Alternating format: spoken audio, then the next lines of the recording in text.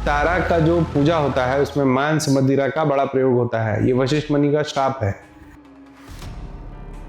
आप एक अघोरी हैं, आप एक औगड़ हैं, आप एक तांत्रिक हैं, आपके खिलाफ अगर कोई कार्य करता है तो उसको माफी नहीं देते हम लोग। लेकिन हमको लगा कि पूरा जो पृथ्वी है ना वो रुक चुका है, तो लोग जहां खड़े हैं वहीं खड़े थे। धीरे धीरे जो भगवती है ना वो रूप में आ रही थी। गुरु मंत्र, ईष्ट और गुरु, इन तीनों पर कभी भी अविश्वास आए तो गुरु परिवार छोड़ देना। पूरा गीता ये समझाए कि माया माया माया, माया नहीं है।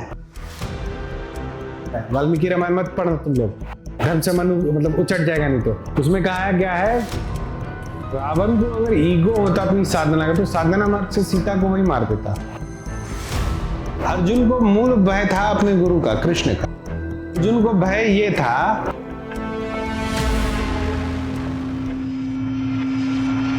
पंचमहाकार पृथ्वी पर कैसे है ये पता है? पंचमहाकार पहले भी हुआ करता था, लेकिन वो जो कपालिक थे वो प्रयोग नहीं करते थे, ठीक है।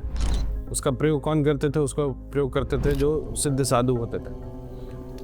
पंचमहाकार जो है पृथ्वी पर आया कैसे, ये समझने की बात है। क्योंकि जब मुद्रा की हम बात करते हैं ना, तो वो चाहे तो बिल्कुल वैदिक धर्म में मुद्रा आती है, वैदिक तांत्रिक धर्म में मुद्रा आती है, ठीक है। और वैदिक तांत्रिक धर्म में मुद्रा इसी कथा से आती है, ठीक। तो ब्रह्मा के पुत्र हुए वशिष्ठ मुनि, ठीक है। तो वशिष्ठ ब्रह्मा पुत्र थे, तो ब्रह्मा जी ने जिनको बनाया वो सीधा बना दिया, समझ रहे हैं ना।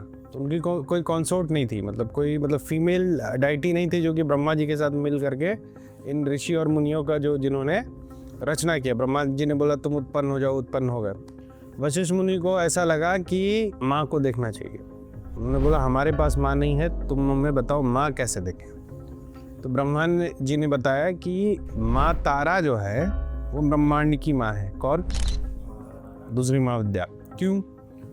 जब महादेव ने हलाहल पिया और उनका कंठ जो है वो जलने लगा, वो किसी चीज़ से शांत नहीं हो रहा था, तो महामाया का प्रादुर्भाव हुआ। फिर क्या हुआ कि उन्होंने बताया कि जब महादेव ने जब हलाहल पिया ना, तो उनका कंठ जो है वो शांति नहीं हो रहा था किसी भी मंत्र से, किसी चीज़ से नहीं। तब भगवती महाभगवती का आवाहन हुआ और भगवती तारा के रूप में आई, महादेव बाल रूप में आ गए और उन्होंने स्तनपान कराया। तो उनके दूध से जब महादेव का कंठ में जब वो प्रवेश किया तब जाके हलाहल शांत हुआ। तो जब तारापीठ में आप लोग जाइएगा, जो हम लोग कारण भगवती को चढ़ाते हैं उसको क्या बोलते हैं? माँ का दूध बोलते हैं। कोई वहाँ कारण भी नहीं बोलेगा, वहाँ बोलेगा माँ का दूध पीएंगे, ठीक है। तो ये भी क्षुधा शांत करती है ना। जो पूरा दुनिया जो विश्व हमारे कंठ में डाल के रखा है, जो हम बोल नहीं पा रहे, जो कर नहीं पा रहे, वो एक बार तो उनको बोला कि आप माँ तारा की जो है साधना करिए, क्योंकि माँ तारा जो है वो आपको मातृ स्वरूप में पूरे, जब महादेव की ही माँ है तो सबकी है। महादेव बोलिए तो उसको उनका महादेव बोलिए, आदि नारायण बोलिए, कुछ भी बोलिए, आदि भैरव बोलिए, जो बोलिए, जो है वही है। महाशून्य वही है, जो उनकी क्षुधा को शांत कर सकती हैं वही माँ है। तो वशिष्ठ मुनि जो है वो उन्होंने पूछा कि कहाँ हम करें अब साधना, तो उनको बोला आप कामाख्या चले जाइए। तो कामाख्या में वशिष्ठ मुनि का स्थान भी है। कामाख्या से कुछ दूरी पे 20 किलोमीटर के आसपास में वशिष्ठ मुनि का आश्रम है। वहाँ जो कहानी बताया जाता है उसको मत सुनिए, वो कहानी ही है, उनको पता ही नहीं है कि क्या कहानी है, ठीक है। शास्त्र नहीं पढ़ते ना लोग, कहानियाँ चलते रहती हैं और कहानियाँ आ जाती हैं। तो वशिष्ठ मुनि वहाँ पर कामाख्या में साधना करने लगे। उसी समय क्या हुआ कि यमराज जो है पहुँच गए देव सभा में और बोला कि हमारा काम तो अब हो गया समाप्त, अब ऑफिस होगा बंद। क्यों ऑफिस होगा बंद? तो लोग कामाख्या में साधना कर रहे हैं और जो पापी हैं वो पाप से मुक्त हो जा रहे हैं, तो हमारा अब कोई काम बचा नहीं है, तो अब जो है हम काम छोड़े, रेजिग्नेशन आज से, ठीक है। तो फिर बड़ा चिंतन हुआ। तब महादेव ने अपने गणों को भेजा कि जाओ जो भी पापी या जो भी है अभी कामाख्या में जो साधना कर रहा है सबको मार के भगा दो। तो उस मार के भगाने में 10 महाविद्या भी गई। शिवगन ही है ना, 10 महाविद्या भी भगवती के साथ रहती हैं, ये भगवती का रूप है। और ऐसा हुआ कि महामाया तारा ही जो थी वही वशिष्ठ मुनि को भगाने के लिए पहुंच गई।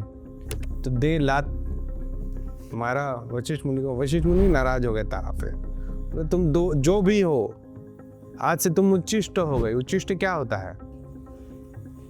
उच्चिष्ट मतलब अशुद्ध कहा जाता है। तो आज से तुम्हारी पूजा भी उच्चिष्ट, तुम भी उच्चिष्ट, तुम्हारे भक्त भी उच्चिष्ट।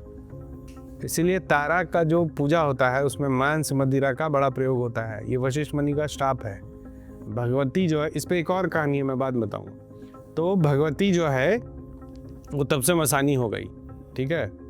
अब ये कितना भी जाप करे तो भगवती आए नहीं। जब नहीं आ रही थी भगवती, तो फिर ब्रह्मा जी के पास वापस गए अपने पिता का, बोला कि हम तो भगवती का जाप कर रहे हैं और भगवती आ नहीं रही है, तो कौन सा जाप कर रहे हैं? तो हम तो सात्विक जाप कर रहे हैं। बोले ऐसा है कि तुमने भगवती को दे दिया श्राप अनजाने में, अब भगवती हो गई है उच्चिष्ट। अब जो है तुम भगवती को सात्विक मंत्रों से प्राप्त, वैदिक मंत्रों से प्राप्त नहीं कर पाओगे, ठीक है ना।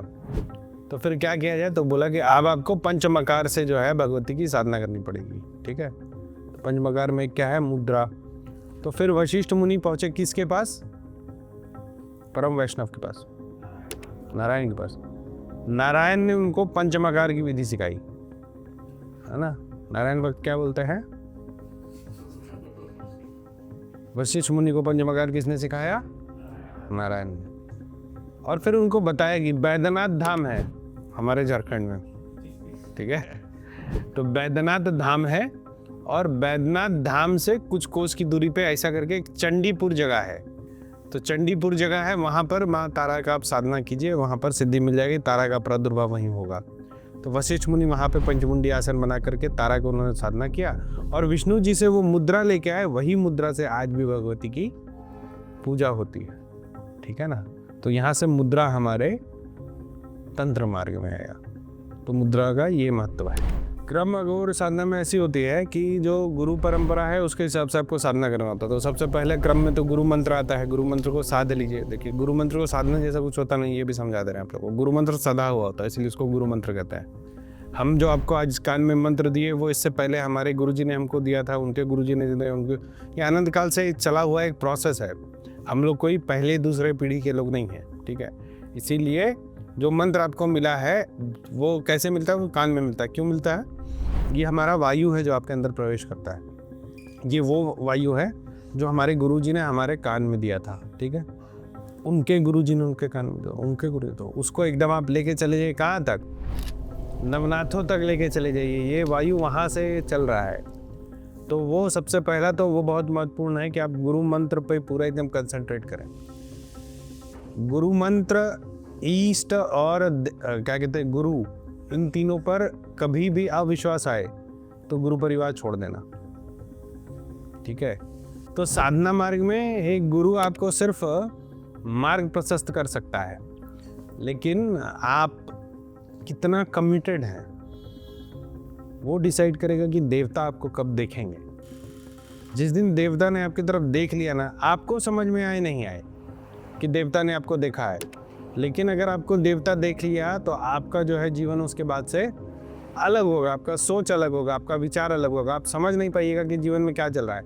बस एक चीज आपके जीवन में अंतर पड़ेगा, क्या? आप चिंता मुक्त हो जाइएगा। समझ में आ रहा है? कितना पैसा कमा लिया, घर में ईडी की रेड पड़ी है, कोई बात नहीं है। समझ रहे हो ना? क्या चिंता रहता है किसी चीज का ना? बाबा देखेंगे क्या होगा। हम लोगों का मतलब बॉस बैठा हुआ है ना। गृहस्थों के लिए ऐसे नियम नहीं बने हैं। ये जो नियम बनते हैं ये संन्यास आश्रम के लिए बनते हैं। जैसे हम लोग अपना गुरु परिवार बताते हैं कि हमारा ये गुरु परिवार है, ऐसा है, वैसा है, ये दादा, ये परदादा, ऐसा करके गुरु पंक्ति आपको पता होना चाहिए। लेकिन मूलभूत रूप से हमारा पंथ क्या है, हमारा ये क्या है, कायदे से ये किसी को पूछना भी नहीं चाहिए हम लोगों से, ठीक है। क्योंकि हम लोग क्या है, हम लोग गृहस्थ है। हाँ, हमारा एक जन्म से भी एक गोत्र है जिसको हमने त्यागा नहीं है। समझ रहे हो बात को? हमारे एक जन्म से जो भी है उसको हम त्यागते नहीं है। हमने अपना बाल छील करके, मुंडन करके अपना जो है ये नहीं किया है, तर्पण नहीं कर दिया है कि हमारी मृत्यु हो गई, अब हमारा नया जीवन है, हम उसी जीवन को जी रहे हैं। तो क्या हमारा पंथ और वेग होगा? नहीं, हमारे गुरुओं का होता है। तो जो नियम होते हैं ना इस तरीके के, बाल काटना और ये सब उनके लिए होता है जिन्होंने अपना जो जन्म से जो पहचान है उसका तिलांजलि दे दिया हो, उसका जो है श्राद्ध कर दिया हो, और उसके बाद नए जीवन में प्रवेश करते वो संन्यास आश्रम का होता है। जब पुराने लोगों से उनको कोई मतलब नहीं, पुराने जन्म से उनको कोई मतलब नहीं है, तो उनके लिए होता है वो पंच के चाहे तो पूरा रखेंगे या फिर नहीं रखेंगे। समझ में बात कि आम लोगों के लिए, गृहस्थों के लिए ये सब नियम नहीं था। अघोरी कौन होता है? जो गृहस्थ जीवन त्याग देता है। अवघड़ कौन होता है? जो हम लोग उस क्रिया को पालते हैं, जो कपालिक होता है, जो भैरव को अपना मानता है ना। हम लोग गृहस्थ हैं तो हम लोगों का जो नियम है ना वो गृहस्थों वाला होगा। कोई हार्ड एंड फास्ट रूल नहीं होता है। रूल हमारा कब होता है? रूल हमारा साधना मार्ग में होता है। गृहस्थ जीवन में कोई रूल नहीं होता। देखो सबसे बड़ा बात क्या है ना, हम अपने गुरुजी की कहानी बताते हैं। गुरुजी अपने गुरुजी से कैसे मिले? तो उनको पता चला रे कोई पगला है जो कुत्ता मरा हुआ खा रहा है, ठीक है। और वो दौड़ कर उनके पास गए, उनको समझ में आ गया गोरी है, इनका अपना चेतना था, बच्चे उनको उन पे पत्थर मार रहे थे। तो वो उनको पकड़ के लाए, तो बोला क्या पियोगे? तो बोला माँ का दूध, लोग कारण पियेंगे। उनको कारण पिलाया, खिलाया विलाया, बहुत दिन सेवा किया। तो एक कहानी हमने सुनाई है ना कि ये गुरु चले जाते हैं और क्या कहते हैं, एक हाथ खींच करके लाते हैं और वो फिर मछली बन जाता है। वो इन गुरु जी के बारे में है जो कुत्ते का मांस खा रहे थे। मैं ये नहीं बोल रहा तुम लोग कुत्ते का मांस खाओ, लेकिन एक जो चेत जाता है ना दुनिया में, उसको समझ में आता है कि किसी चीज़ में कोई अंतर नहीं है, अंतर सिर्फ जिह्वा तक है। समझ में आ रही बात? और अपना परिवार जो है ना, जब तुम सांसारिक दुनिया में हो ना तो सांसारिक बन के रहो, साधक बन के मत रहो।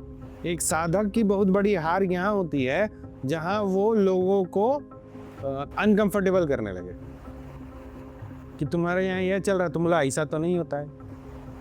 समझ रही बात? तुम्हारे यहाँ वेजिटेरियन, तुम बोलो नहीं हम तो मछली खाएंगे आज। ये भी नहीं करना चाहिए। अपना साधना मार्ग का जो है, साधना मार्ग का दुनिया अलग है हमारा, ठीक है। और जो हमारा गृहस्थ जीवन है वो गृहस्थ जीवन है। जो तुम्हारे कुल देवता है, जो तुम्हारा पारिवारिक पूजा चलता रहा है, उसको नहीं छोड़ना है।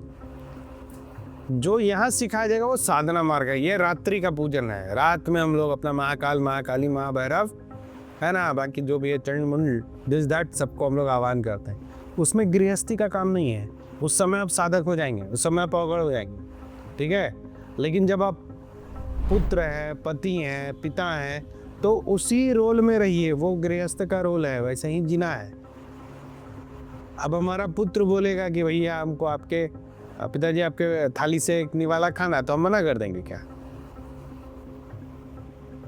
आप साधक होंगे, क्या अंतर पड़ता है उसमें? ये बोला जाता है कि जैसे कोई कुछ दे ना, खास करके साधना मार्ग में, तो नहीं खाना चाहिए। क्योंकि कभी भी कोई कुछ पढ़ के दे सकता है आपको, जो थोड़ी देर के लिए आपको जो है विश्व में डाल दे, या फिर आपको जो है आपका जो मूल सिद्धांत है, मूल बौद्धिक क्षमता है, उससे आपको बाहर कर दे। इसलिए अगर कोई बाहर में कुछ दे तो नहीं खाना चाहिए, जब तक बहुत ज़्यादा आपको उस पर कॉन्फिडेंस नहीं है, ठीक है। बस इतना ध्यान रखना है। बाकी एकदम जीवन जीना है वैसे जैसे आम इंसान जीता है। बाहर ऐसे काला कपड़ा पहन के, मुंह पहन के नहीं घूमना है। मिस्टेक का मतलब ये होता है कि आप किसी और के अधिकार क्षेत्र में घुस करके उसका दमन कर रहे हैं। जो मानवीय भूल होता है ना, जो ह्यूमन मिस्टेक है, वो तो एक है कि आप बिल्कुल ही जान करके किसी को उत्पीड़ित कर रहे हैं, और खास करके साधना मार्ग के लोगों को। समझ में आ रही है बात? अगर आपने किसी को उत्पीड़ित किया, आपने किसी को, आपको पता है कि ये जो हम कर्म कर रहे हैं ये गलत है, ये नहीं करना चाहिए मुझे, उसकी अघोर में माफ़ी नहीं होती। हो सकता है कि आम व्यक्ति को माफ़ी मिल जाए, हो सकता है कि एक आदमी अगले जन्म में उस कर्म को काटे, लेकिन तुम साधक होते हुए तुमको काटना पड़ेगा और वो तुम्हारे रजिस्टर में लिखाएगा। तो अघोर में माफ़ी नहीं, मतलब अघोर तंत्र का प्रयोग करते हुए किसी को भी अगर आप अहित करते हैं तो उसका आपको खामियाजा भुगतना पड़ेगा। आप एक अघोरी हैं, आप एक अवगढ़ हैं, आप एक तांत्रिक हैं, आपके खिलाफ अगर कोई कार्य करता है तो उसको माफ़ी नहीं देते हम लोग। हमारे में वो नहीं है गांधी जी वाला कि एक गाल में कोई थप्पड़ मारे दूसरा गाल बढ़ा, नहीं। जिसने गलती किया है उसको जो है सज़ा मिलना ही चाहिए। ये हमारा अघोर का नियम, ठीक है। पहला बार हमको भगवती का दर्शन हुआ था, कल आप लोग जहाँ पे गए थे वहीं पे हुआ था। तो हमारा क्या था ना कि सबसे पहले क्या था, देखो हमारा एक पॉजिटिव पॉइंट रहा हमेशा, ये आप लोगों को अपनाना चाहिए, कि हमने कभी देवता के दर्शन के बारे में सोचा ही नहीं। समझ गए? हम अपने आप को हमेशा शून्य माने, कि हमारे लिए यही था कि हम होमपट हुमपट कर ले, यही हमारे लिए बहुत है। साधना करते रहे, जाप होता रहे और कुछ कुछ चीज़ें प्रत्यक्ष होते रही, यही बहुत है। कभी भगवती का दर्शन हो जाएगा ऐसा हमने कभी नहीं सोचा था। तो एक दिन हम जो रेगुलर अमावस्या की साधना करते थे रांची में, मुझे लगता है अब हमारे चेले भी करते हैं, लेकिन जो एक समय ऐसा था कि हम ही सिर्फ जो है चिता पर हवन करते थे। वैसे ही एक रात्रि को हम चिता पे हवन करने गए थे अमावस्या में, और दाहिने हाथ में चिताएं थी। उससे पहले भगवती की पूजा करने हम आते थे, तो हम भगवती की पूजा करने के लिए आ रहे थे। सामने भगवती का विग्रह था। जैसे पूजा शुरू किया, एक कुछ सेकंड के लिए, वो समय हम बता नहीं सकते कितना था, हमको लगा कि 10 से 15 सेकंड हुआ होगा, ठीक है, लेकिन जैसे ध्यान में हम बता नहीं सकते क्या था, लेकिन हमको लगा कि पूरा जो पृथ्वी है ना वो रुक चुका है। जो लोग जहाँ खड़े हैं वहीं खड़े थे, और धीरे धीरे जो भगवती है ना वो रूप में आ रही थी, ठीक है। और आपने देखा होगा उसमें 2 गेट लगा हुआ है, एक इस तरफ से गेट है अभी दोनों, तो 2 गेट लगा हुआ, दोनों गेट बंद था, और भगवती धीरे धीरे प्रकट हो रहे थे। थोड़ी देर के बाद जैसे हमें ऐसे अनुभूति 15 सेकेंड, हमने बोला भगवती हम आपको नहीं देख पाएंगे, आप अब जाइए, हमसे नहीं हो पाएगा आपको देखना। और उस बंद 4 दीवारी में कुत्ता आया, मेरे बाएं पैर को सटा, मैंने कुत्ते को देखा, कुत्ता चला गया, उस पर ध्यान नहीं दिया मैंने, और यहाँ पर विग्रह जो है वापस आ गया। ये पहले अनुभूति थी। दूसरी अनुभूति थी तारापीठ में, यही जो अभी अमावस्या आने वाला कौशिकी अमावस्या, इसमें हम अपने गुरु भाइयों के साथ हवन कर रहे थे। जो पौराणिक जो ये था ना, जो महाशमशान है, जो पूरा टीला बना हुआ है, वहाँ पर एक चिता जल रही थी और मेला लगा रहा था। वहाँ पर ढोल बज रहा है, ताज़ा शमशान वाला कोई फील नहीं आता है, पूरा पार्टी का माहौल रहता है। सब तांत्रिक बैठ के दारू पी रहे होते हैं, ये वाले कारण पी रहे होते हैं, है ना, और ढाक भाग बज रहा है पूरा। उसी बार की वो कहानी है, एक वहाँ पे बंगाली तांत्रिक ने क्या किया कि उसको मिर्ची नहीं मिली बगलामुखी के हवन के लिए, तो उसने क्या किया था कि उसने जल्दी जल्दी में जो 108 आहुति चिली पाउडर से दे दिया था, और पूरा मसान उसको गाली दे रहा था। वो अपना हवन करके जा चुका था, और हम लोग अपना बैठ के हवन कर रहे थे। जैसे सामने भगवती थी, तो यहाँ पे वहीं के एक नाथ जी हैं, तो उनका धुना था, वहाँ पर हम लोग हवन कर रहे थे, और हम बैठ करके देख रहे हैं। तो नहीं होता है कि लोग बोलते हैं जय तारा जय जय तारा ऐसे करके, तो हमें लगा कि चिता के पास ना जय तारा कर रहा है। फिर हमने जब देखा थोड़ी देर बाद, तो मुझे लगा इतना बड़ा हाथ तो नहीं हो सकता है, ठीक है। चिता से 2 हाथ ऐसा नीला रंग का निकला हुआ था, और वो हाथ ऐसा था, लग रहा था कि जैसे प्लास्टिक का डॉल होता है ना, वैसा हाथ था। तो वो ऐसे दोनों हाथ ऐसे निकला हुआ। तो हमने हमारे गुरु भाई को बोला, वो उस समय यहीं पे सेवा देता था, उसको हमने बोला देखो क्या दिख रहा है। हाँ ठीक है, बहुत बढ़िया। वो अपने धुन में मगन है। हम लोग उसे चिता देखो, और उसको बोल रहे हैं, मुंह पकड़ के दिखा रहे, वो नहीं देख पा रहा है, ठीक है। तो ये जब थोड़ी देर बाद वो जो है वो हाथ वहाँ से दुलत हो गया। तो ये 2 घटनाएं थी कि हमको ऐसा लगा कि भगवती, तो हम फिर भी कंफर्म नहीं थे। तो हमारे गुरु जी हैं महाराष्ट्र में, उन्होंने दूसरा दिन फ़ोन किया, दिख गई, तब हम श्योर हो गए कि हाँ, मतलब जिसने दर्शन दिया वो भगवती ही थी, है ना। तो ये है तारा, तो तारा है। अहंकार किसको होता है? अहंकार उसको होता है ना जिसको कि ज्ञान कम हो, एक्सपोजर ज़्यादा हो। मान के चलो कि मैंने मान लिया मैं बहुत अमीर हूँ, ठीक है, हमारे अकाउंट में मान के 10 लाख रुपए, हम अपने आपको अमीर समझ रहे हैं। हम गांव खेड़े में रहते हैं, तो हमको अहंकार है, हम बहुत पैसा वाले हैं। हम जब शहर में गए तो वहाँ पे देखा ऐसे लोग बैठे हुए जिसकी वजह 1 अरब रुपये है। वहाँ पे हमारा जो अहंकार वो क्या हो गया, 0 हो गया। अब शहर वाले 1 अरब वाले लोग जो हैं वो अपने आप को अहंकारी समझ रहे हैं। वो मेट्रोज में गए, उनको पता चला यहाँ तो 10-10 अरब वाले बैठे, उनका अहंकार शून्य हो गया, ठीक है। और जब वो और ऊपर गए तो पता चला और भी पैसा होता है, समझ रहे बात को। तो आप जैसे ही अपने से हायर पावर को मिलते हैं, आपका जो अहंकार है वो समाप्त हो जाता है। तो आप जो भी है ना, जैसे ही टच ऑफ डिवाइन मिलता है, हम लोगों को समझ में आता है हम तो शून्य है, हम तो कुछ नहीं जानते, हम तो बस एक मतलब तिनके मात्रा है इसका, ठीक है। जैसे ही वो फीलिंग आ गई, अच्छा वो फीलिंग बहुत ऑब्वियस नहीं होती है, मतलब ऐसा नहीं कि आपको डिवाइन ने टच किया आपको समझ ओ डिवाइन हैज टच मी, नहीं, ऐसा कुछ नहीं होगा कि डिवाइन आएगा और आपको बस काली आएगी और बोलेगी लो छू दिया। भैरव आएंगे बोलेंगे okay I pat your head, no, they will touch you, you will not know, but your nature and behavior will change, you will start feeling you are nothing। आप डर के साधना करेंगे, अरे हम पता नहीं आज नया साधना कर रहे हैं, पता नहीं इसमें क्या होगा, वीर आएंगे, उसके बाद पता नहीं हमारा फाइनेंशियल स्टेटस क्या होगा, ये होगा वो होगा, ये 2 चीज़ें, ठीक है ना। तो जब ये चीज़ें होती है ना, तो बहुत सारी शक्तियाँ आपके जीवन से जो वो लुप्त होने लगती हैं, जो नकारात्मक भी हैं लेकिन आपको मदद कर रही हैं। और भगवती या देवता ये चाहता है कि हमारे बहुत साधक नहीं, तो देवता भी आपको बहुत पटकते हैं ताकि आप छोड़ दे साधना मार्ग। उस कालखंड में जो साधक तटस्थ रहेगा वही देवता और माया दोनों को प्राप्त करता है। एक बड़े साधक को कभी आप गरीब नहीं देखेंगे। है कोई बड़ा साधक जो गरीब हो आज के डेट में? नहीं होता। तो बस उस पैच में थोड़ा सा ना एकदम हम लोगों को कंसंट्रेटेड रहना है कि I know this is Maya playing with me, ठीक है ना। और उस समय अगर अपने आप को साध लिया तो फिर आप साध गए। वो एक पैच होगा, 2 साल का हो जाता है, 2.5 साल का हो जाता है, बहुत लंबा नहीं चलेगा, ठीक है ना। लेकिन उसमें बिल्कुल अपने आप को बांध के रखना है। हम नहीं डरेंगे, हम नहीं डिगेंगे। वो माया को छोड़ने का मतलब ये नहीं होता है कि आपने शादी कर ली, आपका घर परिवार है, हाँ, और आप बोलेंगे नहीं अब तो हम सन्यासी हो गए हैं, तुम जो है दाल चावल ही खाओ, संतुष्ट हो। नहीं भैया, तुमने अगर जिम्मेदारी ली है उसको जो चाहिए वो पूरा करो। तुमने एक शरीर को धारण किया, इस शरीर को जो चाहिए वो तुमको देना होगा। एक्सेप्शन क्या है? 3 एक्सेप्शन है। पहला एक्सेप्शन, तुम अपने लिए खुद जिम्मेदार हो, ठीक है। तुम्हें कुछ चाहिए तो वो तुम खुद जो है उसको हासिल करोगे। तुमने जो कर दिया उसके लिए भी तुम ही जिम्मेदार हो। तुम उसके लिए जिम्मेदारी साधना मार्ग को नहीं दोगे या किसी को भी नहीं दोगे। और तीसरा, किसी और के अधिकार क्षेत्र में तुम प्रवेश नहीं कर सकते हो।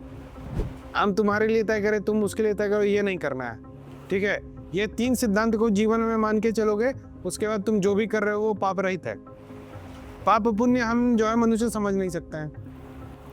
अब जैसे वो बोल दिया ना, गीता को तो का भ्रंश बहुत हो गया ना, गीता को एकदम समझाने वाले लोग एक से एक आ गया। तो एक ने बोल दिया कि भैया ऐसा है कि इन्होंने बोला है कि तुम कर्म करो, फल की चिंता मत करो, फल मिलवे करेगा। ऐसा नहीं है कि फल मिलवे करेगा, ऐसा है क्या? नहीं, क्योंकि जो कर्म होता है ना वो कई जन्मों का होता है। तुम अभी जो कर्म कर रहे हो ये पुण्य कर रहे हो या पाप कर रहे हो ये तुमको पता नहीं है, ठीक है। अब हमने आज 15 लोगों को दीक्षा दी, कुछ लोगों के लिए का ये पुण्य कर्म होगा, कुछ लोगों का पाप कर्म हमारे पे आ जाएगा। समझो बात को, ठीक है। वैसे ही तुमने एक भूखे को खाना दिया, उसका प्रारब्ध था, उसको 10 दिन भूखे रहना था, तुमने उसको भोजन दे दिया। तुमने जो है प्रकृति का एक नियम था उसको तोड़ दिया, उसको अपना कर्म भोगना था, 10 दिन भूखे रखा, तुमने 3 दिन बाद उसको भोजन दे दिया, 7 दिन वो भूखा नहीं रहा, वो 7 दिन तुम्हारे में ऐड हो गया। समझ में आ रही बात?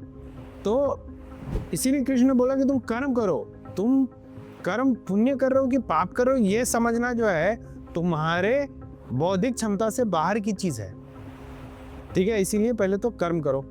दूसरा वो वाला था ना कि तुम धर्म की रक्षा करो, धर्म तुम्हारी रक्षा करेगा, नहीं। उसका मतलब होता है तुम अपनी धर्म की रक्षा करो, धर्म अपनी रक्षा कर लेगा। तो ऐसा भी नहीं सोचना है कि हम आज के डेट में अगर नॉनवेज नहीं खाते हैं सनातन धर्म इसी से बचेगा, ठीक है। देखो गीता एक ऐसा चीज है ना, गीता को पढ़ना चाहिए। हम पूरा नहीं पढ़ पाए आज तक, पता है कि नहीं। हमारे जीवन में 2 पुस्तकें वर्जित हैं। जिस दिन हम वो 2 पुस्तकें कंप्लीट कर लेंगे तो हमारा जो है संन्यास हो जाएगा। तो हमको लगता है अभी हमको संन्यास नहीं लेना चाहिए। गीता में हम लोग को क्या समझ में आता है? गीता में ये समझ में आता है हम लोगों को कि अर्जुन को ऐसा लगा कि अपने लोगों को कैसे मार दें, यही समझते थे। किसी को और कुछ समझ में आया? कोई और ये कि क्यों अर्जुन नहीं मारना चाहता था? अटैचमेंट, ठीक है ना। कृष्ण अटैचमेंट नहीं, अर्जुन को मूल भय था अपने गुरु का, कृष्ण का। अर्जुन को भय ये था कि कहीं कृष्ण हमसे पाप कर्म करवा के उसका ये ना बोल दे कि तुम तो पापी हो, हम तुमको छोड़ के जा रहे हैं। समझ आ रही बात? तो कृष्ण ने ये बात बोला, लेकिन वो आज के गीता से गायब है। कृष्ण ने बोला कि हम जानते हैं ये बात कि तुम हमसे ये युद्ध इसलिए करवा रहे हो कि बाद में तुम बोलोगे कि तुमने अपने लोगों को मारा, तुम पापी हो, मैं तुमको छोड़ता हूँ। तो अर्जुन को डर लगा कि कहीं कृष्ण उसको नहीं छोड़ दे, इसके लिए पूरा गीता हुआ। कृष्ण ने समझाया कि ऐसा है कि मैं परमात्मा आत्मा को इस कर्म के चलते नहीं छोड़ सकता हूँ। पूरा गीता का ये सार है, यही गायब है। पूरा गीता ये समझाए कि माया माया माया माया नहीं है, आत्मा परमात्मा का एक संबंध है जो माया से नहीं टूट सकता है। माया तो तुमको सिखाने आई है, इस जन्म में तुम संत और दूसरे जन्म में क्रिमिनल हो जाओगे, क्योंकि तुमको सीखना तो दोनों कर्म है। समझ में आ रही बात? इसको ध्यान रखना, रावण को कभी ईगो नहीं था, जो गलत बात है। रावण ने शूर्पणखा का बदला लेने के लिए सीता को उठाया था। सीता को भी नहीं, सीता भगवती को भी नहीं उठाया था, उन्होंने उठाया था किसको? उनकी छाया को उठाया। थैंक यू टू प्रेम भूषण जी महाराज, आप लोग ये बात को जानते हैं। आपने कहा सुना?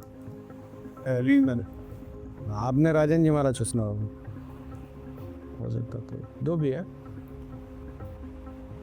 तो रावण को अगर ईगो होता अपनी साधना का, तो साधना मार्ग से सीता को वही मार देता। समझ रहे बात? जब रामेश्वरम का जब स्थापना हो रहा था और जब उसके लिए पुरोहित नहीं मिल रहे थे, तो कौन आया था पुरोहित में? रावण आया था। अगर उसको विजय भाव का आशीर्वाद दे के गया था वो राम को, अगर उसमें साधक की क्या कहते हैं ईगो होता साधक का, तो वो वही नाश कर देता राम जी का बैठे बैठे। तो ये सब भ्रांतियां हैं। देखो, एक घटनाक्रम था जो दैविक था, उसको हम मनुष्य अपने हिसाब से कैलकुलेट करने की कोशिश कर रहे हैं कि ये हुआ होगा, रामायण में ऐसा हुआ होगा, वैसा होगा, इसलिए इसको मारा गया, वैसा नहीं। वो एक पूरा दैविक एक कृत्य है जो हर कल्प में एक बार रचा जाता है, ताकि मनुष्यों को एक गाइडलाइन मिले कि कैसे जीवन जीना चाहिए। क्या रावण एक पापी आत्मा था? पापी आत्मा को मारने के लिए नारायण अवतार लेंगे? समझ रहे हो? नारायण ने जिसका वध कर दिया उसको मुक्ति हो गया। एक पापी आत्मा को क्या कहते हैं नारायण वध करेंगे क्या? नारायण तो कोई बंदर को भेजे तो मार देता उसको। तो धर्म को थोड़ा ना खुले माइंड से सोचना चाहिए हम लोगों को। जिसको शक्ति पकड़ती है ना, उसको पता रहता है। जैसे हमको तुम पूछो कि आप अपने बारे में क्या सोचते हैं, तो हम अपने आप को जीरो मानते हैं। तुम कभी नहीं देखोगे हम अपने आप को गोरी और गढ़ या कुछ बोलते हैं। हम बोलते हैं हम साधक हैं, हम साधना कर रहे हैं और हम कहीं नहीं हैं, बोलते हैं ना। हम अपने शिष्यों को बोलते हैं कि हमने जितना सफ़र तय किया वहाँ तक हम आपको लेके जाएंगे। हम अपने को बोलते हैं कि हम बहुत महान हैं। जो बोलने लगे कि हम महान हैं इस मनुष्य जीवन में, वो महान है। समझ रहे हो बात को? क्योंकि शक्ति के सामने जब तुम खड़े होते हो ना, तब तुमको समझ में आता तुम कितने बौने हो। और तुम कभी महान हो ही नहीं सकते हो जीतेगी इस मनुष्य के शरीर में। ठीक है? तो अगर कोई स्पिरिचुअल ईगो में है तो उसको नमस्कार करना चाहिए। हाँ, बहुत महान है आप, हमको आपसे मतलब नहीं रखना है। जैसे हम बोलते हैं ना कि जो लोग चमत्कार दिखाए उनसे दूर रहिए, वैसे ही people who think that they are great in spiritually, वो मूर्ख हैं, उनसे दूर रहा कीजिए। मूर्खों से दूर ही रहना जो है बहुत अच्छा होता है। जिनको लगता है कि चमत्कार कर सकते हैं, ये कहते हैं वो भी ना हो किसी से दोस्ती, ना हो किसी से बैर, उनसे दूर रहिए, क्योंकि वो मूर्ख है। ठीक है? वाल्मीकि रामायण मत पढ़ो तुम लोग, कर्म से मन मतलब उचट जाएगा नहीं तो। उसमें कहा गया है कि मृगराज ने राम को सपना दिया, श्री राम को, और बोला कि हे प्रभु आप जो है ना हमारा वन छोड़ के जाइए, क्योंकि अब जो हिरण की संख्या कम हो रही है, तो हिरण बचेंगे नहीं, आप कुछ दिन और रहेंगे। तो श्री राम आगे बढ़ते गए। रामायण में लिखा, मैं नहीं बोल रहा हूँ।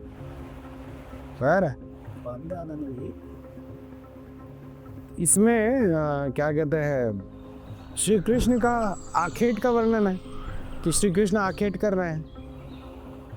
महादेव बगछाल पर बैठे हुए, मृगछाल पहने हुए हैं। जो ब्राह्मणियाँ होती थी पहले, ब्राह्मण जो स्त्री होती थी उसका यही पहचान था, वो मृगछाल पहनती थी। नारायण को वाम मार्गी संग से जब तक जल नहीं दीजिए नारायण शुद्ध नहीं होता। वाम मार्गी संग क्या होता है? स्कल होता है ना, वो तो स्केलेटन है, वो हड्डी है। और वो वाम मार्गी संग से नारायण को अभिषेक करके अगर आप छीट देते हैं, किसी पे गौ हत्या का पाप है वो पाप मुक्त हो जाता है। ये सारी चीजें ये क्या है? ये सब डेड बॉडीज की बात कर रहे हैं हम लोग, जो कि ये लोग सात्विक नहीं मानते हैं। ये हम कहाँ से ये सब बातें कर रहे हैं?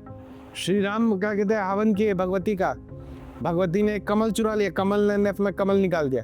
ये कृत अघोरी का है, ये सात्विक संत का नहीं है। सात्विक संत बोलते हैं हनुमान जी जाइए वो कमल लेके आइए, हनुमान जी तोड़ के ना चले जाते हैं। तो बलि प्रथा के बारे में इतना ही समझिए, बलि प्रथा का विरोध, नॉन वेजिटेरियन होना चाहिए। This is a hoax. शुरू से हमारे भोजन आचार व्यवहार ऐसा ही है। जिस रीजन में जो रहता था, जो भोजन मिलता था उसी को प्राप्त करता था। जहाँ पे बकरी रहती ही नहीं थी रेगिस्तान में, कहाँ से बकरी खाएगा? वो शाकाहारी हो गया। हमारे मिथिलांचल में खाली मछली मिलता था। मैथिल ब्राह्मण सब मैथिल खूब मछली खाता है छाक के, है ना। तो जो फूड कल्चर है ना, या जो कि आध्यात्मिक कल्चर है, that is totally dependent on the culture you have come from, the society you have come from. This has nothing to do with religion. Our religion does not talk ये मत करो, वो मत करो, वो मत करो। हमारे रिलीजन ने जो प्रोहिबिट किया वो सब हम लोग कर रहे हैं, ठीक है। हमारे रिलीजन ने बोला तुम मुर्गा मत खाओ, सब खा रहे हैं। हमारे रिलीजन ने कहा लहसुन प्याज नहीं खाओ, सब खा रहे हैं। जो वेजिटेरियन है मशरूम खा रहे हैं, खत्म।